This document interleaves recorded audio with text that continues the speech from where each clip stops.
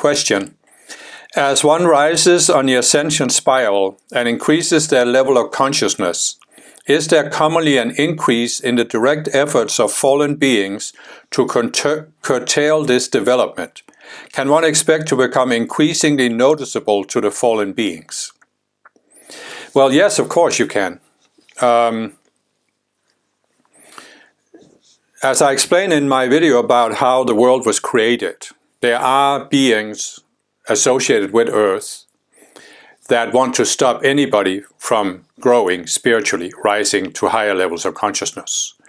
And as I explained, there's 144 levels of consciousness possible on Earth.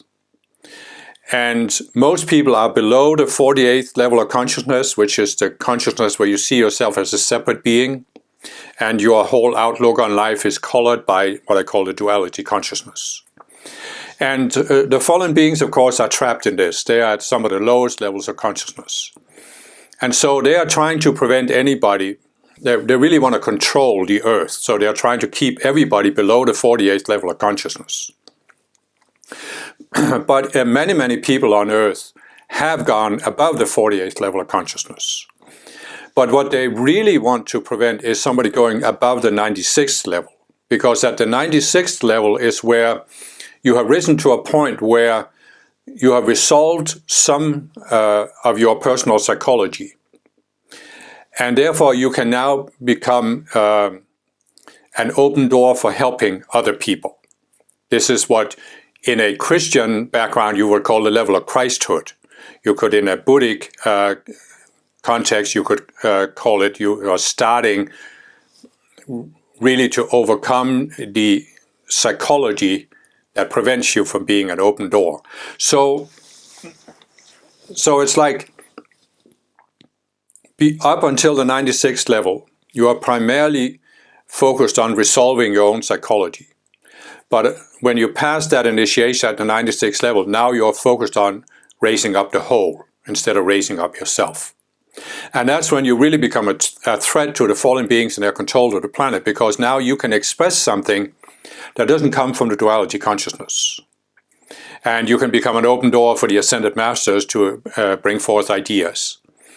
And that means that as you're approaching the 96th level, they will, of course, try and stop you. And the way they always try and stop us is that they use our own unresolved psychology against us. So I've talked about we have these subconscious selves that cause us to go into these reactionary patterns. So they always try to involve us in all these reactionary patterns. They can often be reactionary patterns with other people, for example, family members.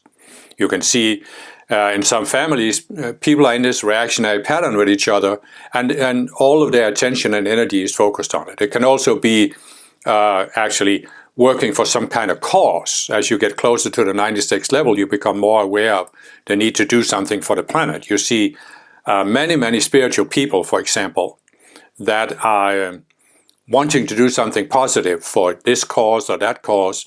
And I'm not saying there's anything wrong with it, but you have to be careful that you don't become so focused on the outer cause that you're not open to something coming to you from within.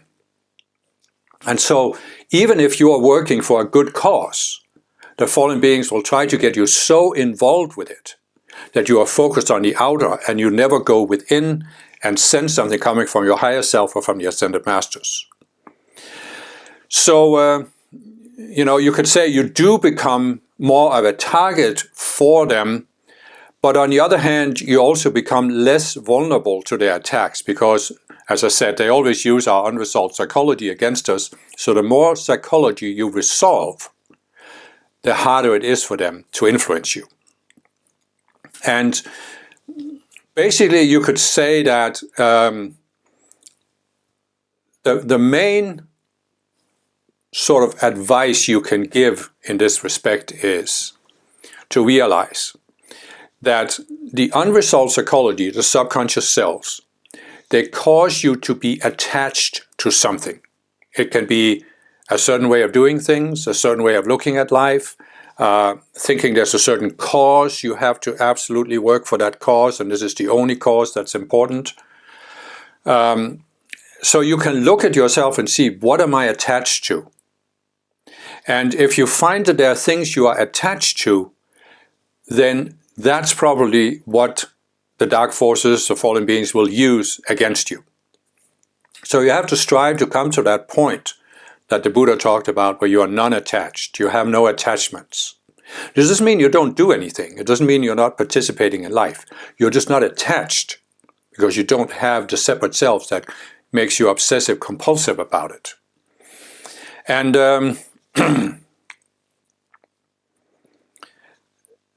basically you can say that the higher you go, yes, you become noticeable to the fallen beings, you become a threat, and they will try to attack you. But if you keep this in mind, that it's the attachment that makes you vulnerable, then that as you let go of the attachment, you actually become less vulnerable to their attacks. It's like Jesus said it 2,000 years ago. He said, "The prince of this world cometh and has nothing in me." The prince of this world is the dark forces, the fallen beings.